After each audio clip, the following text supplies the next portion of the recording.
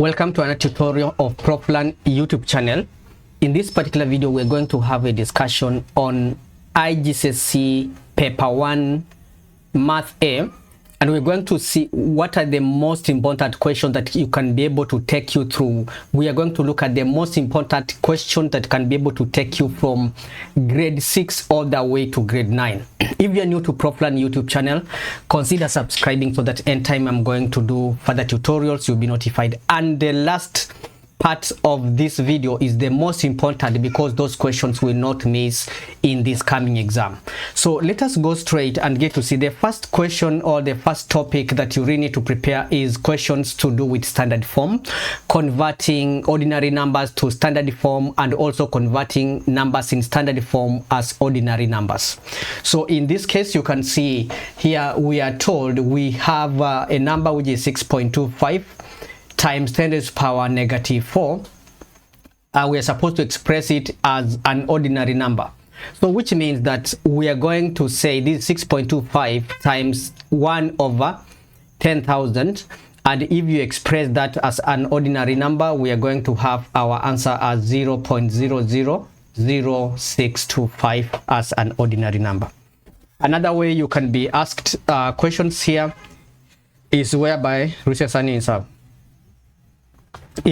you are going to be given numbers which are multiplied or divided in standard form, and then you are supposed to work out the equation and give your answer in standard form. For instance, if you take this number we have here, divide by this number, we are going to have our answer being what? 25 million.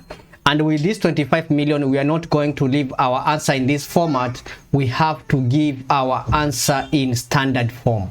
So you are going to assume the decimal is here. You move one step, 1, 2, 3, 4, 5, 6, and 7. So we are going to have 2.5 times 10 raised to power 7 as our final answer in that case. So in this coming exam, for paper 1, make sure you know how to convert numbers from standard form to ordinary numbers and ordinary numbers to standard form, because that question, it has to be there.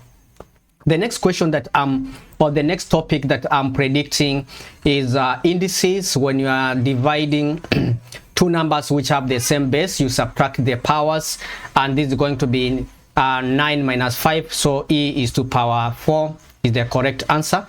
If you have numbers written like this in bracket but there is a power here, you multiply the two powers and the answer is going to be y raised to power 16.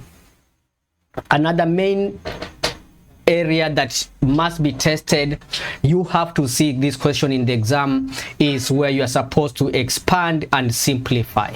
So we are going to start with this first term here. You multiply it to everything that is in the second bracket here, and the second term that we have here, 9, multiply to everything that we have in the bracket.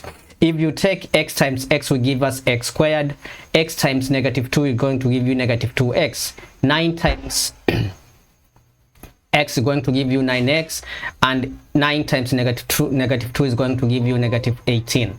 If you put the like terms together, these guys here, you are going to get 7, and then this simplify to this, and that becomes our final answer. After you have factorized, another question that is going to be asked is about factorization. And for factorization here, you need to identify the common factor of 16 and 20. A common factor is 4, and also we can see we have c here and we have c here, so we can take c out and we can take p squared because this is p power 3. So if you factorize, your answer becomes 4cp squared into 4c cubed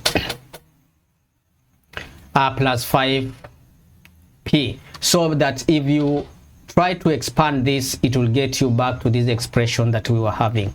Now I would like you to try to expand this and you check the answer you are getting. Try to expand this, check the answer you will get. This equation that I taught, it will be very key if you try them out and you write your answer in the comment section. Did you get the answer correct, or the question made you to cry?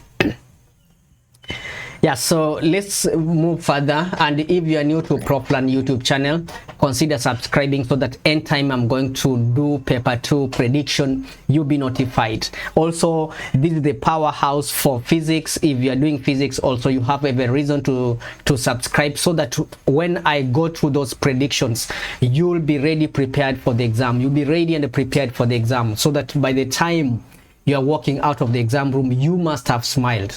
And if you've been watching my videos and you've not subscribed, just take this chance to subscribe so that you'll be notified anytime I do end of my tutorial.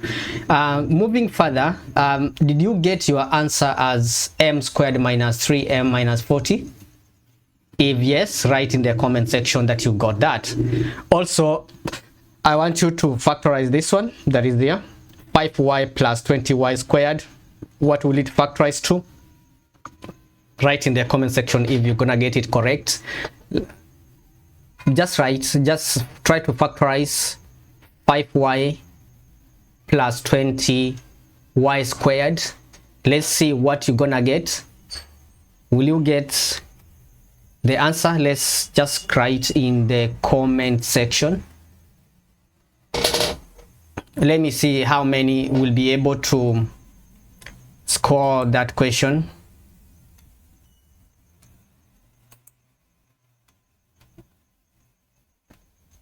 How many will be able to get it right?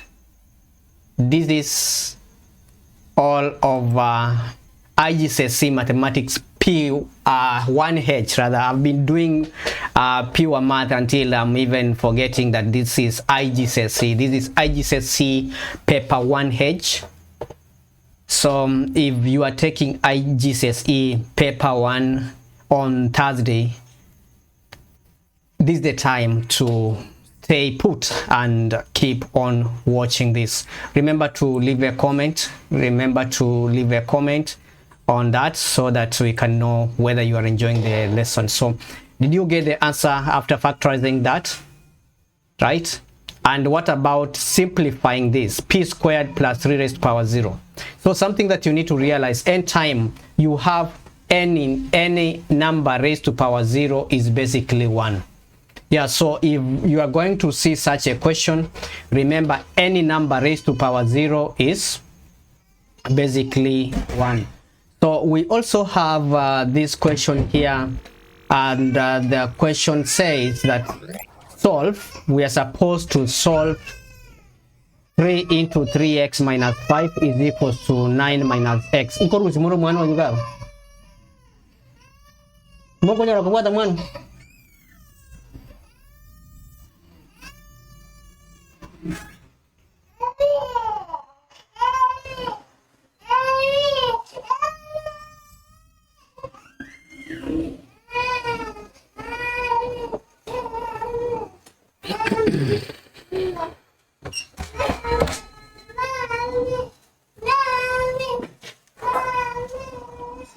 Yeah, there is a lot of background noise. We have to bear with that. That guy is trying to come here so that he can be able to learn IGCSE Math with you guys. So let's just focus on that.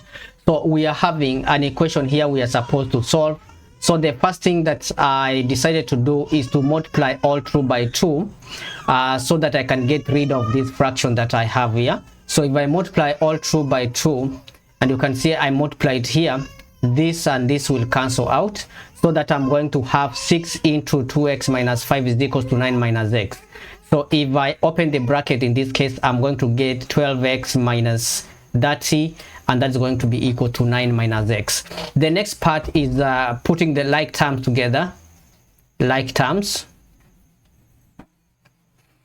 At this point, like terms, we shall say 12x plus x, because if this moves on the other side of the equal sign, it becomes what? It becomes positive. Always, those are the mistakes that students make during exams, and then they forget to change the sign when they are moving numbers over the equal sign. So whenever you're going to do the exam, make sure that you remember you'll be in a position to convert, to remember to change the signs when you take over the equal sign. So once we have that, we are going to have 13 is equals to 39, and you can see 13 divided both sides, we are going to have the value of x is equals to 3. X is 3 in that particular equation.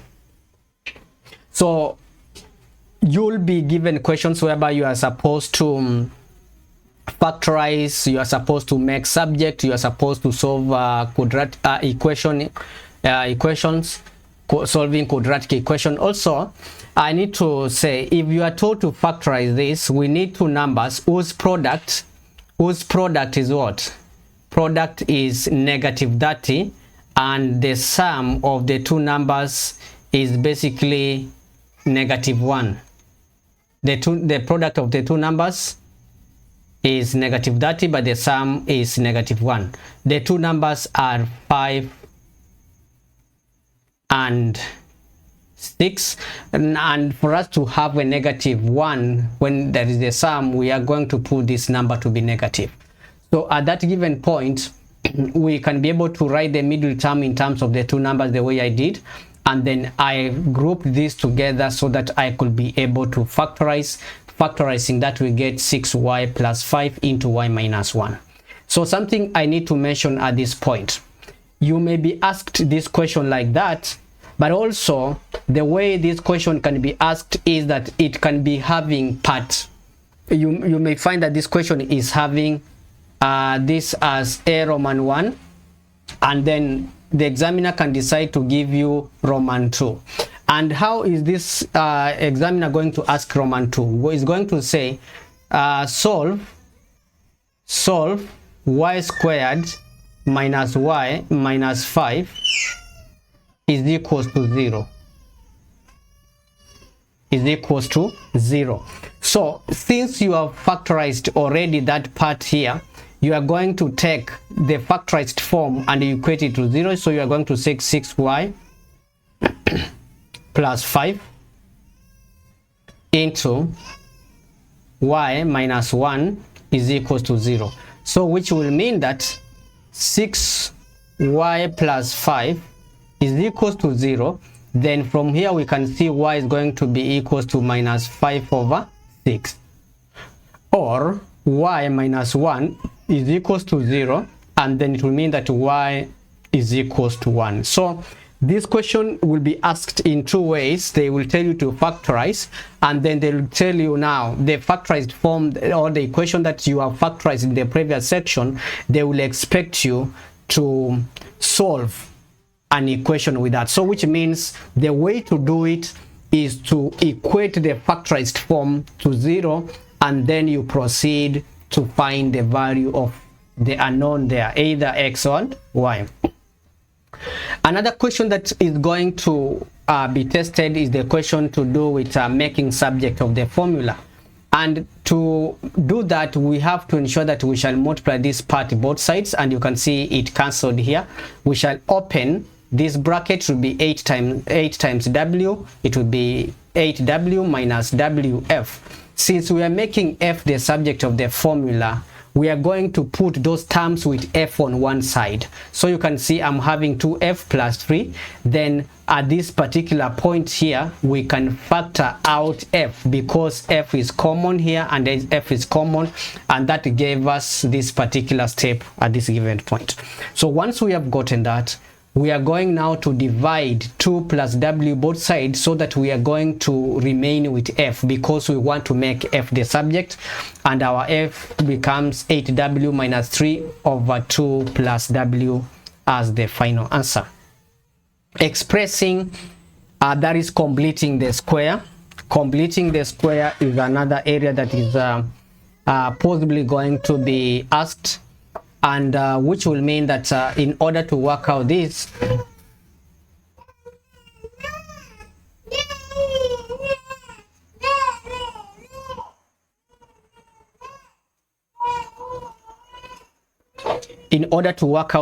we are going to group this guy together here, these two, and then we factor out 4.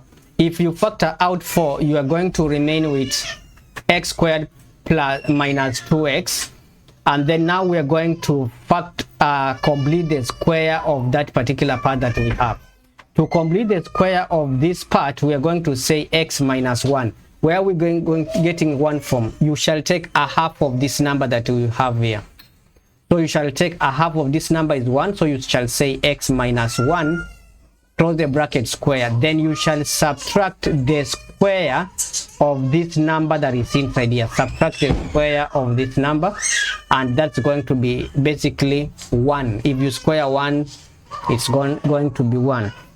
So once you've done that, you shall open the bracket by multiplying 4 times the whole of this and 4 times 1 that we have here, which is going to give us 4 into x minus 1 into x squared minus 4 plus 7. So if we combine these two, we shall have our answer as 3, and this is the final answer we were to get at that point. So you'll find question asking you to use the completed square form to state the turning point, stationary point.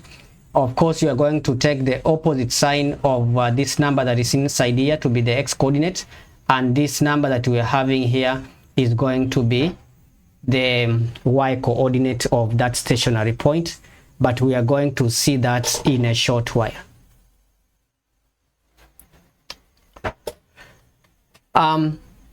Also, you need to know at this level, you need to know expressing fractions as a single fraction.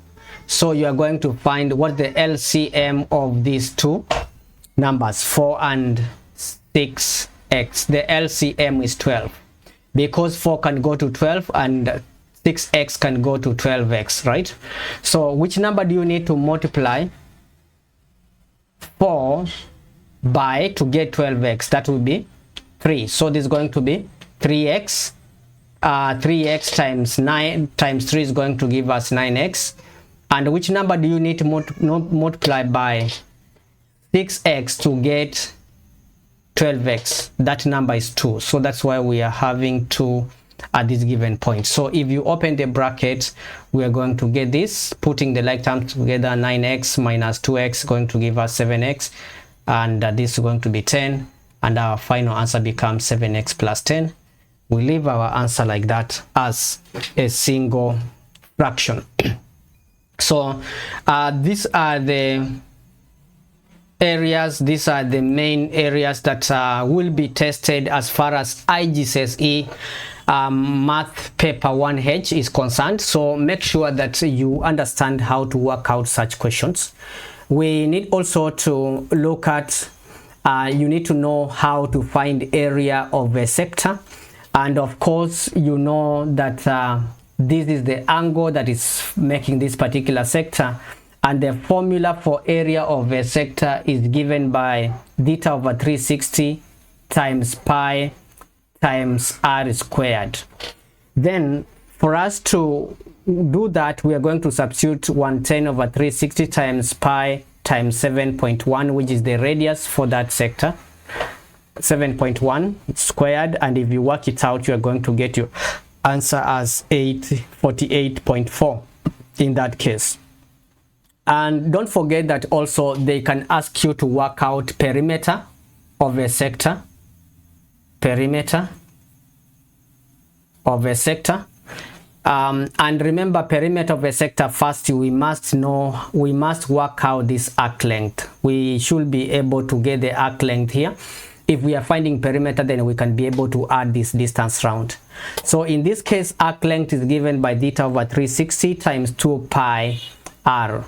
So substituting the angle that we are given here, the angle basically here is 50. So we shall say 50 over 360 times 2 times pi times the radius, which is 7. If you work it out, you are going to get 6.1 centimeters. And if you are asked to get the perimeter, of course, perimeter will be the arc length plus this radius plus this radius. And now the formula for perimeter becomes arc length plus 2 times the radius. If you work it out, you are gonna get your answer being equivalent to 20.1 centimeters. Also, something that I need to mention at this point is that in the event they ask you, they give you maybe a shape like this, and you are supposed to find the area of the shaded part, area of the shaded part here, it will mean that first you have to work out the area of the sector. And if this is the sector of 30 degrees and radius of 6 centimeters, it means first you need to work out the area of the sector.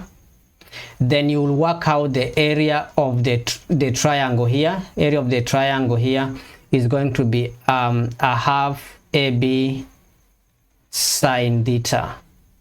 You can be able to find the area of this triangle here, a half AB sine theta.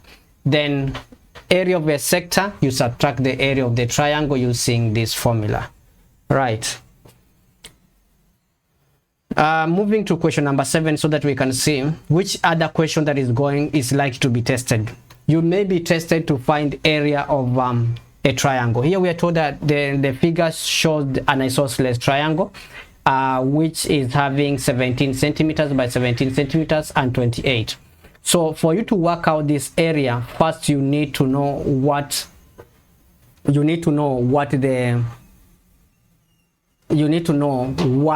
the height of that triangle is. And remember, we can be able to use Pythagoras theorem in order to find the height of this triangle. And to do that, we are going to say height squared plus 14 squared.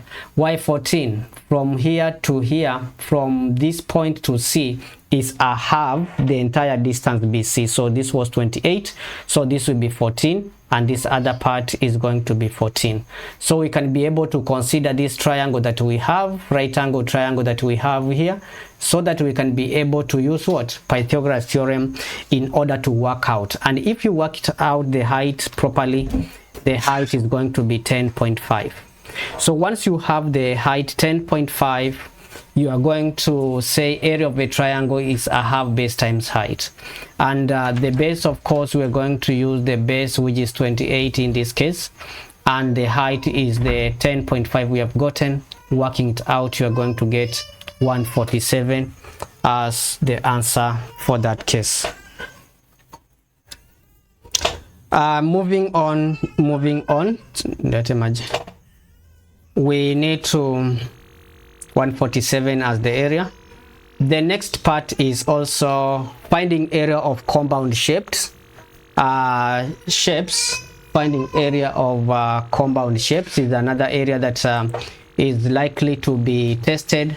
And you can see here, this is a compound shape that includes a semicircle and a right angle triangle, whereby we need to know the diameter of the semicircle, and the diameter is going to be the hypotenuse of this triangle. So which means we can use Pythagoras theorem in order to find AC, and AC is going to be 8.5, because 6 squared plus 6 squared, we find the square root, we are going to get the diameter to be that. So, and something else that you need to remember,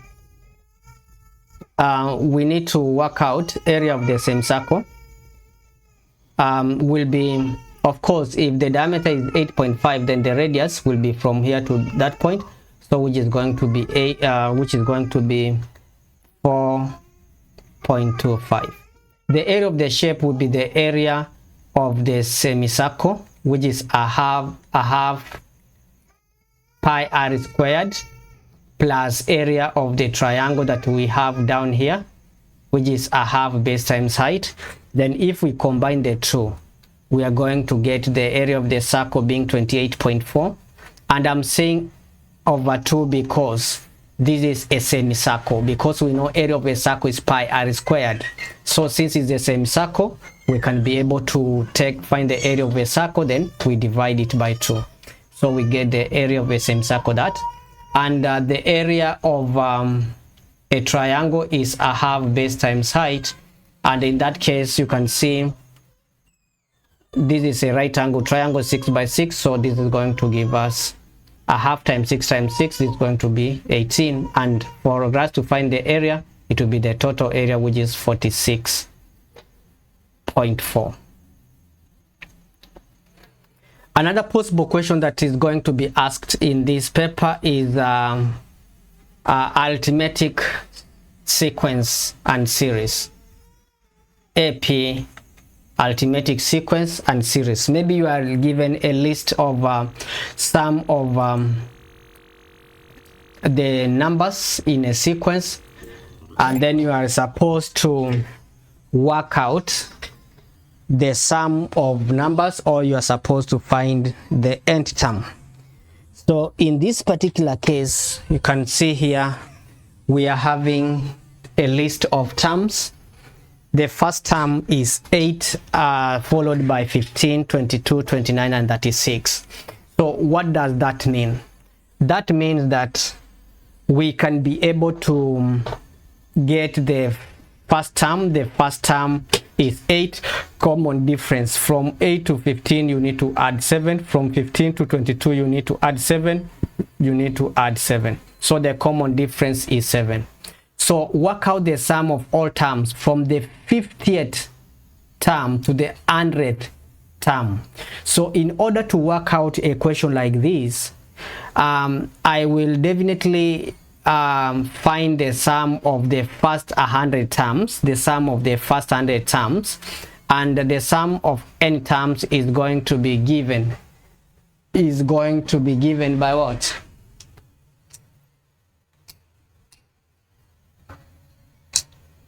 Is given by this formula, n over 2 into n minus 1 into d. Then if I substitute that, because I have my first term in this case here as 8, I am multiplied by 2 because of the formula. 100 minus 1 times 7, my answer becomes 35,450.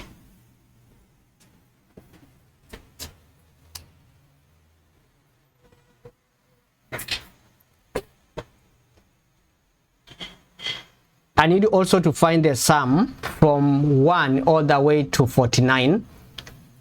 Then that also gives me 8,624. So the sum between the 50th to the 100th term is going to be this value I've gotten, sum from 1 to 100 minus sum from 1 to 49. So that we are going to get our answers 26, 826 as the sum from the 50th term to the 100th term. Question number 10 is the question that I left out here so that you can be able to work it out and leave the answer in the comment section to see whether you've understood how I've worked out the previous question, so that you can be able also to work out question number 10. If you can be able to get that, I'll be glad that you've learned how to work it out. Number 10, work it out and write in the comment section. Yeah, so check if your answer, you will find the sum of the first 100 terms minus the sum of the first 40 terms. Then comment in the comment section, leave a comment in the comment section whether you were able to get that. The next question is finding upper and lower bounds of a given formula. That's another question that is likely to be tested, and in this case we're supposed to work out the upper bound of p. For us to get the upper bound of p, we must take 2 times the upper bound of a minus c, the lower bound of that, the lower bound of c, over the small number which is the lower bound of d. And since we are having these 3 significant figures, this is going to be 58.45 as the upper bound. Lower bound of c is going to be 19.5, and the lower bound of d is going to be 3.55. If you work it out, you'll get your answer correct to 2 decimal places, and the answer correct to 2 decimal places is going to be 27.44. For 2.44, correct to 2 decimal places. That is how we shall leave our answer. You need also to know how to work out question in standard form. Question to do with surds. And of course, to rationalize the denominator, you need to multiply by the conjugate both sides. If you multiply that, this is going to reduce to 12 root 2 plus 12. Then we are having root 2 raised to power 5. It's like multiplying root 2 5 times. And if you do that, you are going to get your answer as 4 root 2. Then, because we were to rationalize that and add this result, so the answer to this plus the answer to this, we check whether it's going to give us that. So we shall have 8 root 2 plus 12, which basically can be written in this format as the final answer in that case. Question number 13. Now we are moving to calculus differentiation. The diagram shows a sketch of a curve with the equation x squared minus px, where p is a positive constant. P is a positive constant. That is the graph that we have. So with this graph, what are we supposed to do? For all values of p, the curve has exactly one turning point, and this is the turning point, and this turning point is the minimum as shown as point T.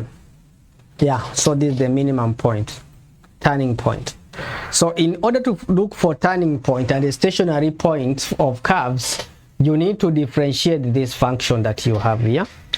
And once you have differentiated, you equate that differentiated function or that gradient function to 0. So you see, if we differentiate this, we take the power down and it decrease the power by 1. So it will be 2x. This one is going to be taken down to be positive p, because if you take this negative 1 down times negative p is going to give you positive p x raised to power negative 2, because we have to subtract 1 here whenever we are working out the differentiation. So taking this expression equating to 0, we are going to have 2x plus p x raised to power negative 2 is equals to 0. And of course, we can rewrite this equation by taking it down. It becomes a positive. Multiply all through by x squared. We are going to get x squared times x squared times x squared times x squared. This term is going to give us 2x cubed plus p is equals to 0. And then we shall have our p is equivalent to negative 2x cubed. But we were told at point p, x at point t, at this point t, x is equals to negative 3. So we need to substitute there, and our value of p in this case becomes 54. Now with this value of 54 that we have, we can now proceed to the next part.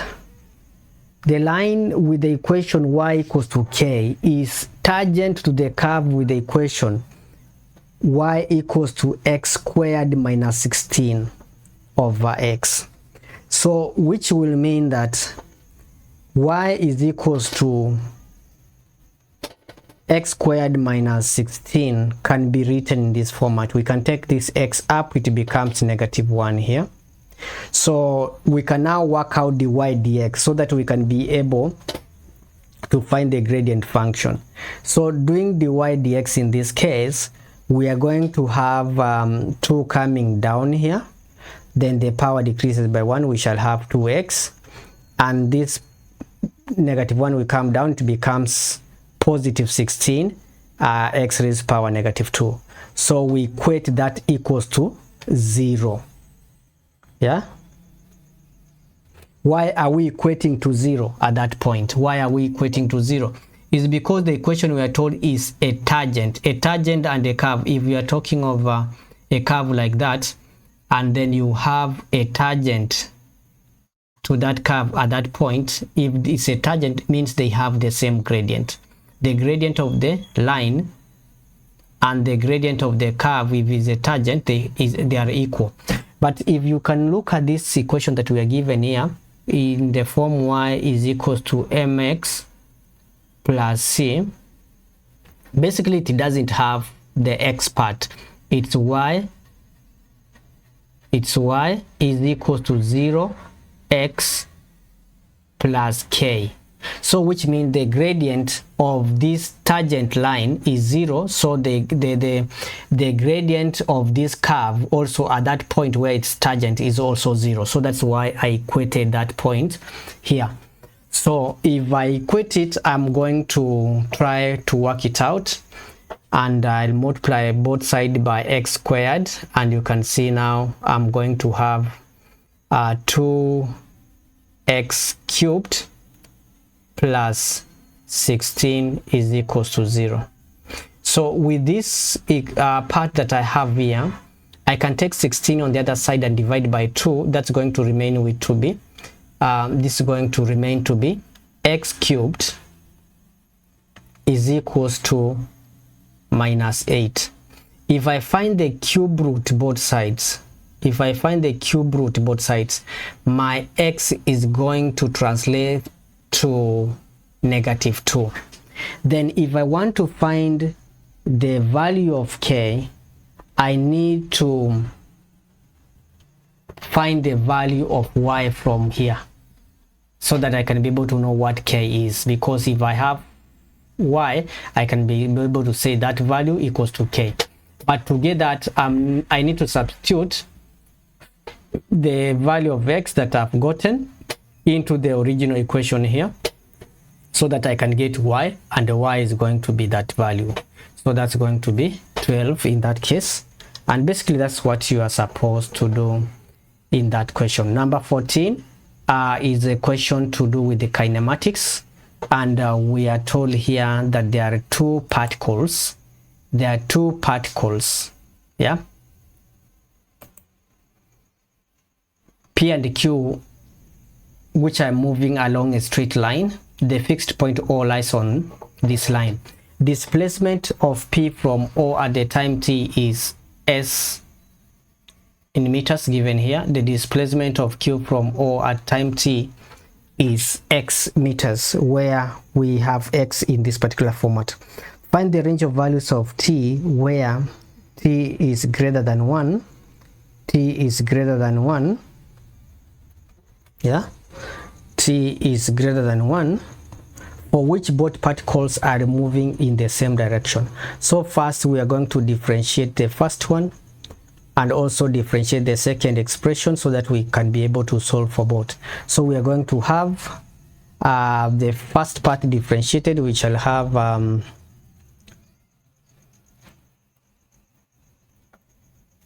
this one differentiated. If we differentiate this, we are going to take 2 down, so it will be 2t minus 4.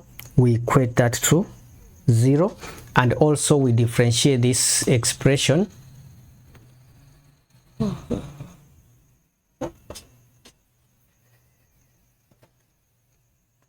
Yeah, so that we can be able to, if you differentiate this, it becomes 3t squared minus 8t plus 5, and we say also is equals to 0, so that we can be able to solve. Solving this quadratic equation, we shall get t is equals to 5/3, all t is equals to 1. Now for both to be in the same direction, along the same direction, it's only when we have t is greater than 2, t is greater than 1, or t is less than 5/3 in that case. Question 15 also is a question from calculus differentiation. Find dy dx. For that's exactly, we've been doing that. So you bring the power down, decrease it by 1, so it will be 3x raised to power 2 minus 4x, and that becomes 9, and that become our answer. Find the range of values for x for which t has a positive gradient. So if for each this has a positive gradient, you will take that gradient function that you have gotten, you equate it to 0, and then you solve for you to get the principal values. Our principal values for solving that equation are this.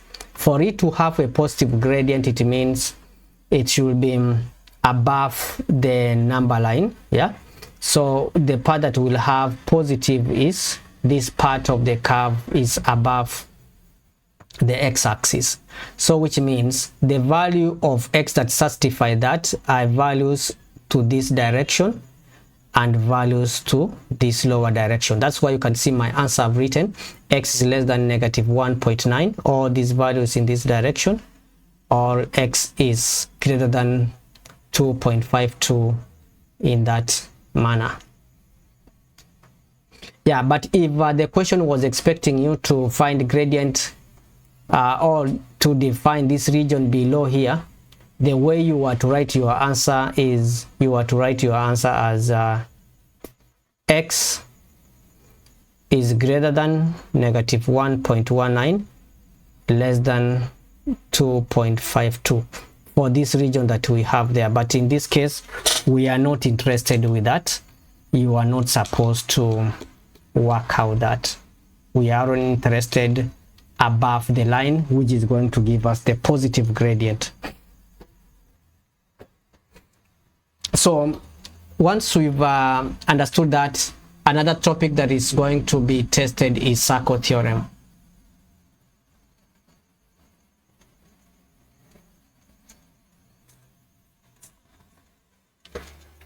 Now, if we were given, basically we were given this angles in alternate segment, this angle is 71.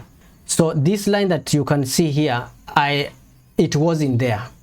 This line here, this line was not there. I'm the one who decided to draw it so that I can be able to have angles in alternate segment. So which means that this angle is also 71. This angle 71 is in alternate segment with this one. Now, since we are having these lines here, it means this is an isosceles triangle. So meaning base angles of an isosceles triangle are equal. This 71, this also is going to be 71, so it will enable me to work angle A. So with angle A, I'm going to use angles in a triangle add up to 180, and that's how I got 38 degrees. Then since the question was asking us to work out angle C here, since we were supposed to work out angle C, and the only way we can be able to get this angle is using opposite angles of a cyclic quadrilateral. And these opposite angles, of course, we have gotten this as 38. So which means this 38 plus x is going to give us what? 180. So we are going to use the properties of angles in a cyclic quadrilateral, add up to 180, and this is going to be 180 minus 38, which is going to give us 142. And you are supposed to state the reason for each case there. I remember I mentioned that sometimes you'll be given a question on completing the square, and then you are supposed to state the stationary point or the turning point. And you can see here we are given that, so you'll factor out the common term here. We shall factor out 3. In this case, I've factored out 3. Then I'm going to complete the square of whatever we have inside the bracket. To complete that, I'll introduce bracket and say x minus a half of this number is 2. So I'll say x into minus a half of this number 2 minus the square of this number that I'm having here is going to be 4. So minus 4, which is the square of this number at that point. Then whenever you are going to open the bracket, remember there is a 3 here, which is going to be multiplied to everything that we have there, and is going to be multiplied to this number that we have there. So that we shall have minus 3 times this is going to be this one, and minus 3 times minus 4 is going to give us positive 12. And when you combine, you shall get 19 minus 3 into x minus 2 squared. And that is it. Now, this curve of the equation, which we have completed the square here, yeah, has a maximum point, and the maximum point is A. you are supposed to use your answer in A to write down the coordinates. So whenever you are given a question like that, this number that we have inside here, inside the bracket where you have the square, is going to give you the x coordinate, and you take the opposite sign of that number. The number outside here is going to give us the y coordinate. So the coordinate of A is 2, 19.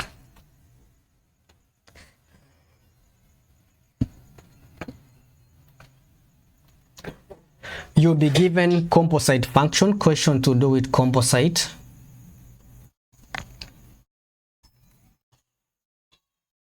Composite.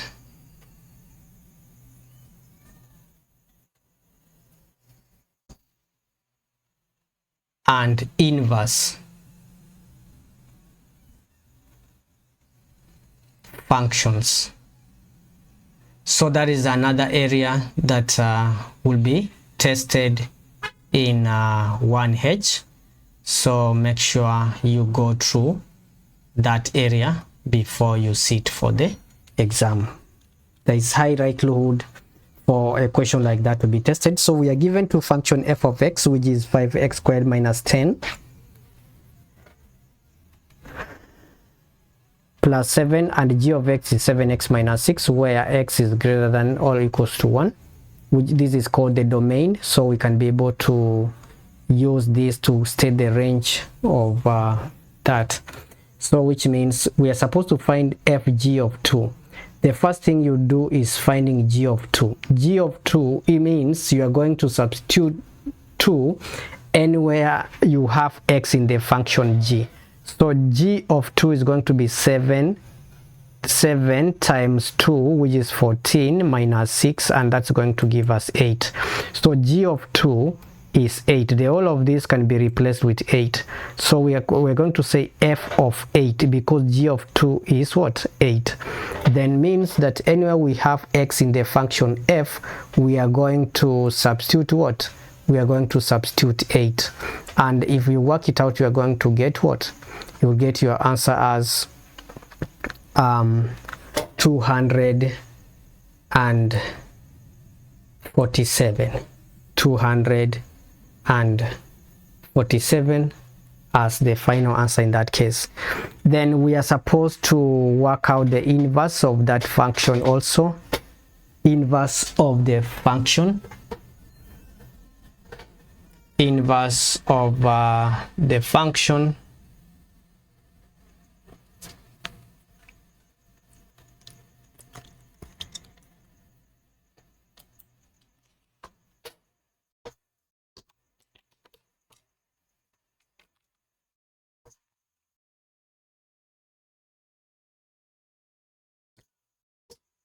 Okay, so we need to find the inverse. Now for you to find the inverse of the function f of x, our function f of x is this. So the first thing, we need to change f of x to y, and upon changing that, we shall have this. Then I'll want you to make this part subject, you complete the square of that.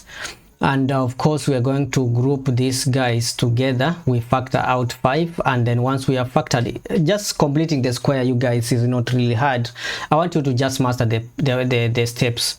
You will group those terms which have x, like this one here. Now once you have grouped them together like that, you see we shall factor out the integer or the constant term. We are not going to touch the x. You are not going to factor x out. No, you're going to factor out the constant, so that we are going to remain with x squared minus 2x. Then we are going to complete the square of this. How do you do it? You are going to open the bracket, you write x minus a half of this number 2. We have here, half of 2 is 1, right? Square. Then once you have closed and you have squared like that, subtract the square of this number. Even if it's a negative or a positive, you are always going to subtract. Even if the number inside here is a positive or a negative, you are going always to subtract the square of this number, so that we are going to get it what? 1 squared will be just 1. And once you have gotten that, you are going to open the bracket. Of course, the whole of this 5 will be multiplied to the whole of this term, which is going to be 5 into x minus 1 squared. And again, that 5 is going to be multiplied to this number 1 that we have here. Don't forget that. That's going to be minus 5. If we put the like terms together, we're going to have y equals to that. Then now we're going to switch x and y. Where you have x, you write y. Where you have y, you write x. So this is going to be x into 5 into y minus 1 squared plus 2. And basically, when you have that, we are going now to make y the subject of the formula. So to make y the subject, we are going to rearrange, and then we shall have y is equals to 1 plus or minus. Now we have to decide which sign we are going to go for. And the sign now, what will enable us decide the sign we are going to go for. You cannot have a function that is having two signs. No, a function is a one-to-one function. So we are going to take, this is the domain. Now, if the domain is x is greater than 1, then the range of the inverse function is going to be y is greater than or equals to 1. So which means our function should be y greater than 1. So if this is just plus or minus, plus is the one that is going to give us greater than or equals to 1. So that's why you can see our range is going to be y is greater than 1. So we shall go for a positive sign, so that if you are having 1 here, you must add something so that this y is greater than something, and our answer now reduces to this. That becomes our inverse function. We are talking about compound interest. Compound interest is also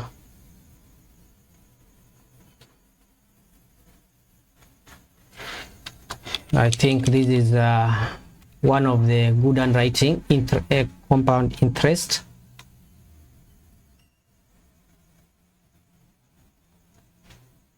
Yeah, compound interest is another area that we're going to use, whereby you must know how to apply the formula amount is equals to principal into 1 plus r over 100 raised to power n.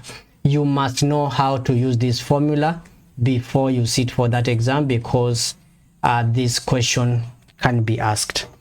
So we are told that Max invests $6,000 in a savings account for 3 years. The account pays a compound interest of rates 1.5 per annum per year for 2 years. So meaning for the first 2 years, which amount that principal going to accrue for 2 years is the amount that will be in the account will be 6181.4. That will be the amount that will be in the account. So for the third year, whatever amount that we are having from the 2 years is going to be the principal for the third year, and we don't know the rate for that case. Then after the 3 years, this is the total amount that will be in the bank. So we are going to divide both sides by 6181.4 so that we can say 1 plus r over 100 is equals to that. Then we shall take this 1 on the other side, we subtract, we end up having this times 100 both sides. The rate is going to be 1.1%. So you need to know how to use this particular formula so that whenever you are going to be asked any question about appreciation, depreciation, you will be able to work it out. If it's a depreciation value or commodity, a commodity of a given product decreasing, you are going to use minus in this particular case. I believe you are getting value from ProfLearn YouTube channel, and if you do, please, you need to subscribe and also share this video to your friend, encouraging them to join. Noble Prince, I can see you have left a comment in the chat section. Noble Prince, I can say that this prediction paper that I've done here can be used for both IGCSE Edexcel students and also those who are doing regionals for RE papers. So you can also use it as a way of reviewing and preparing for that exam. So Noble, Prince, just feel free to continue watching, because this also can enable you to revise for your 1HR. Now we have ABC. The figure is similar of a quadrilateral, and we're supposed to work out the length of GH. So we're going to use similarity, and we're going to say if I'm finding GH, I'll just call this GHX. So I'll say X over the similar side, which is 4, should be equals to 6 over 9.6. You see, I know 6 and I know 9.6. Those are corresponding sides, and this X is corresponding to 4 here. So if I work it out like that, I'm going to get my answer as 2.5. For BC, for I to find BC correspond to 5.7. So I'll say Y over 5.7 is equals to 9.6 over 6. And basically, if I work it out, I'm going to get my answers 9.12 as the answer in that case. Moving down, the other question that you need to know, or the other area that you need to know how to work it out, is the area to do with using cosine rule and sine rule. And in this case, first I need to find AC, because we are supposed to find the value of this angle X that we are having here. So for us to find angle X first, I'll want to find AC. My AC is this side that we have here. I need to find this side, and to use it, I'm going to use cosine rule, and I'll say AC squared is equals to 4.1 squared plus 5.3 squared minus 2 times 4.1 times 5.3 cos 100 here. Then if you work it out, you are going to get AC is equals to the square root of 59.6. 59.6. If you put this in the calculator, square root of 59.6, and the answer for that becomes 7.73. And once now we have 7.73, you can see we have all the sides, only we are missing the angle. So we are going to use sine rule at that point. So we are going to say sine x over the opposite sine, the corresponding opposite side is 5.3. So it will be sine x over 5.3 should be equals to sine b over 7.73. So I worked it out here, and I was able to get my x to be 40.1 degrees. 40.1 degrees. All right. If you are getting value, leave a comment below, so that we can be able to know that you benefited. Now, you need also to understand question to do with cumulative frequency curves.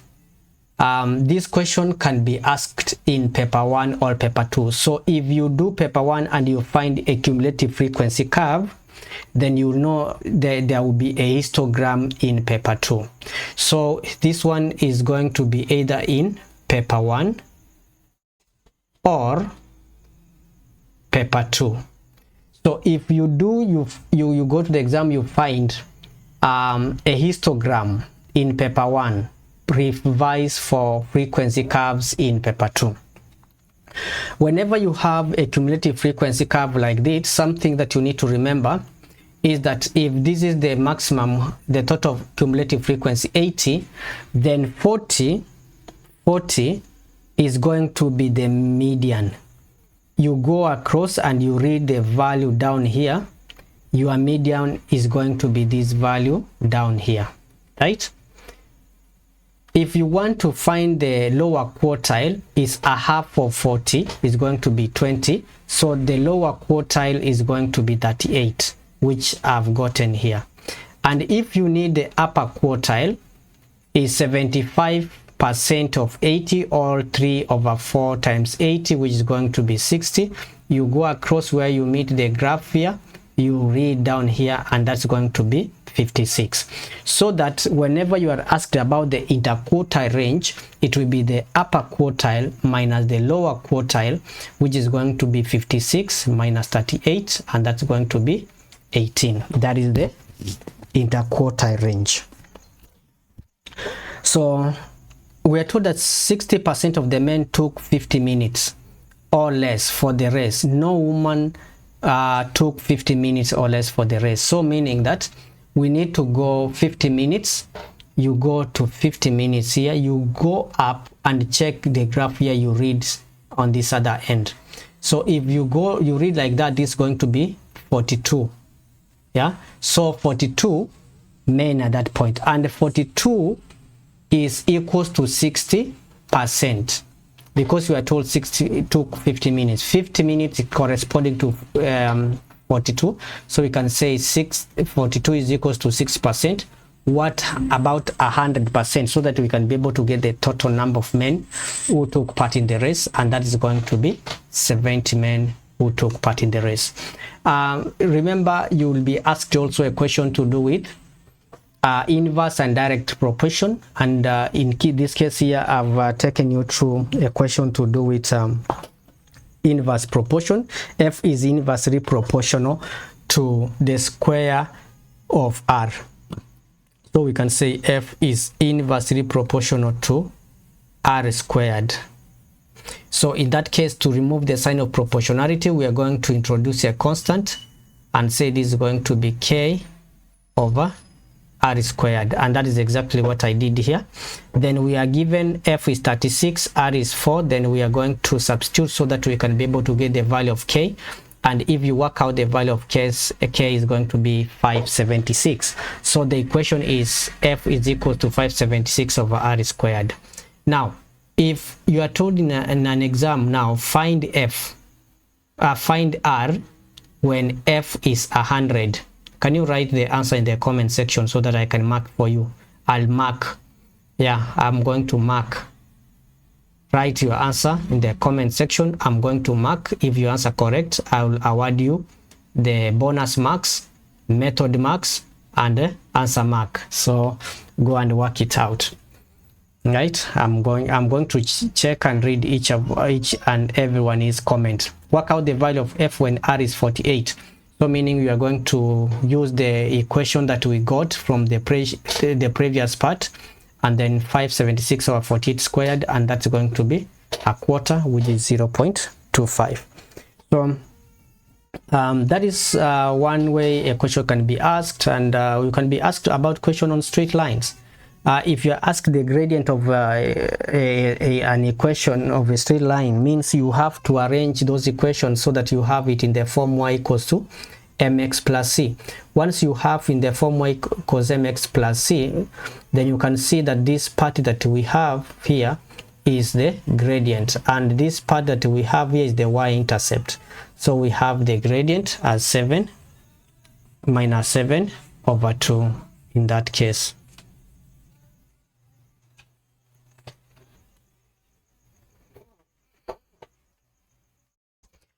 Find the coordinate of the point where L crosses the y-axis. The line L is this line that we are having here, where it crosses the y-axis, but something that you need to remember, at the y-axis x is 0.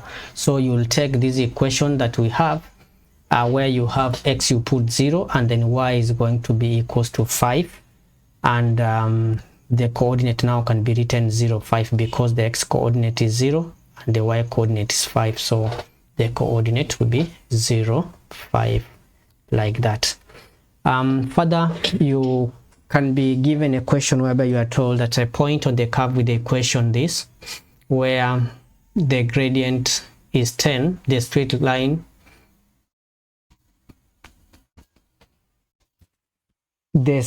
Q passes through the point G and is perpendicular to the tangent at G.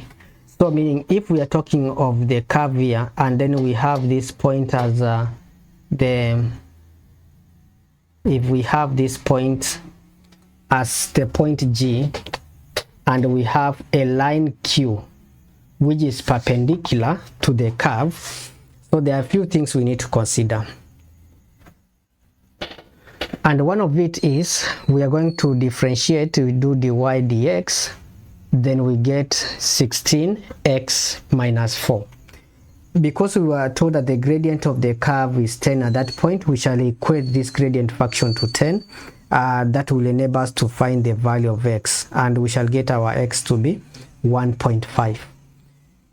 To find the value of y for G, we are going to substitute the value of x, which is 1.5, in this equation that we have, so that we can be able to know what value of y is here. If you work it out, 8 into 1.5 squared minus 14 into 1.5, that's going to give us -9, and that becomes the coordinate for G. Now we are asked to find the equation of line Q, which is perpendicular to this tangent. Now something that we need to remember is that the gradient of Q, of a line Q, is going to be -1/10, because if you take gradient of a line Q and the gradient of tangent, you multiply them, you get -1. So if the gradient is 1, it means that this is going to be -1/10, and we can now be able to say y equals to mx plus c for Q. Then we shall have -9, which is the value of y, minus 1/10 into 1.5, and the value of c there is going to be -177/20. So we can substitute the gradient and the value of c we have gotten here, so that if you multiply all through by 20, we are going to get 20y is equals to -2x minus 177. And now this becomes the equation of the line in the form that we were asked to give our answer here. So don't forget, always check the format you are told to give your answer to.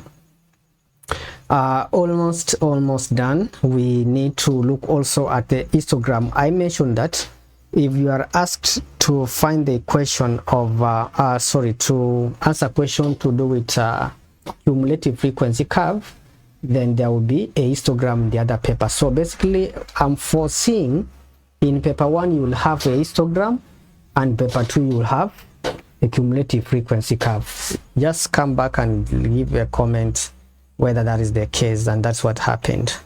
So we were given different values, but this one is how to find mean of grouped data, mean of grouped data. So that is another area that you'll be asked. So for you to find the mean, you need to find the midpoint, or the median of this class. So it will be 30 plus 36 divided by 2 will give you 33. 36 plus 42 divided by 2 will give you 39, and so on. You do for all the terms. Then you work out fx. 4 times 33 will give you 132. 14 times 39 will give you 546. 18 times 45, 810.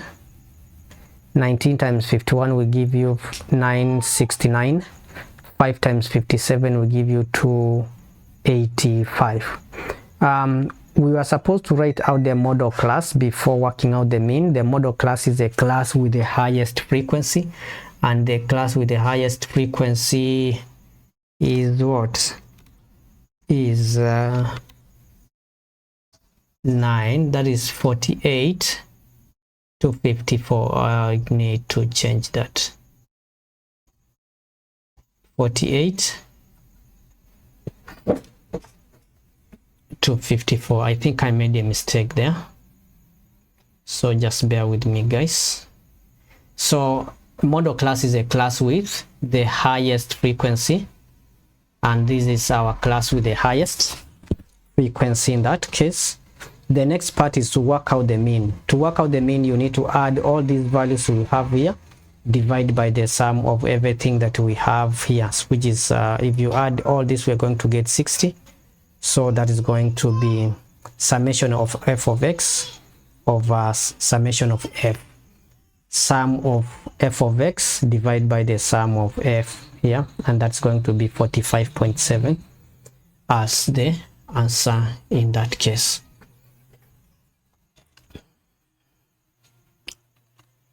Next 27 is the question to do with histogram, and the key areas that you need to remember is that frequency density is frequency divided by the class size. So if we want to know the frequency density for this, the class size here is 10. 10 minus 0 will be 10. That's the class size. And the frequency is 40. So frequency density will be 40 over 10, which is going to be 4. So if you can go for the first bar here that we have here, it was already there. It was given in this paper. So it will enable you know that this is 4. It will enable you to know the scale. We have gotten the frequency density for this so that we can know what is this. If this is 4, then it means we can be able to say this is 1, 2, 3, 4, 5, 6, 7. So that is going to enable us to know the missing parts. Now, we were supposed to state the frequencies of each, and also you need to, from if frequency density is the frequency of a class size, it also mean that it will also mean that frequency is equals to frequency density times the class size. So if you have the frequency density and you have the class size, you can be able to find the missing frequency. So that's exactly what we are going to do in order to work out the frequency in this part. So we are going to check what is from 10 to 15. 10 to 15, the class size there, the class size here is 5. But for 10 to 15, what is the frequency density? Frequency density here is 7. So which means the frequency will be frequency density times class size. So which means that is 7 times 5. Yeah, 7 times 5, which will be frequency of 35. For this one, you can see this is 7.8 and the class size is 5. So it will be 7.8 times 5, which is 39. For this one, the class size is going to be 10. It's larger. So it's going to, the class size here is 30 minus 20, which is 10. But the frequency density, you can read it here, is 5.6, and if you multiply you get 56. Then we have here the frequency, but the table is missing. So for us to work out, to fill in this table, we need to find the frequency density, 30 divided by 30, and the frequency density is going to be 1. So we shall draw a bar which is running like that up to 1 like that. So basically that's what you do in order to answer that question.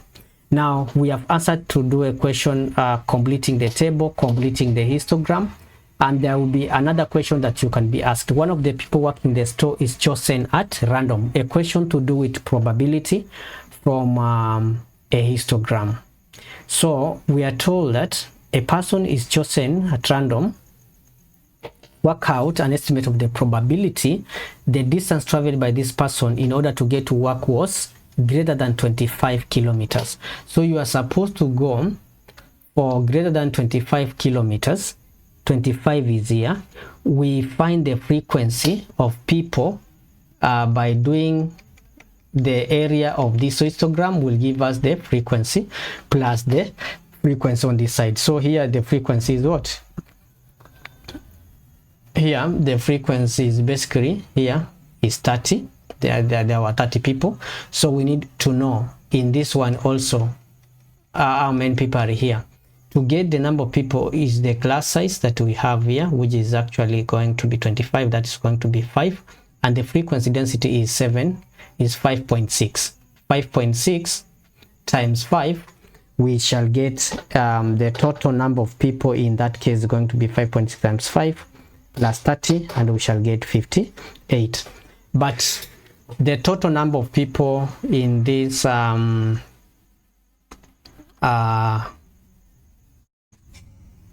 case study that was done here, the total number of people, you're gonna get them by adding all the frequency together. So that will be 200. There were 200 people, and then the probability will be 58 over 200, and the answer is going to be 29 over 100 as that case.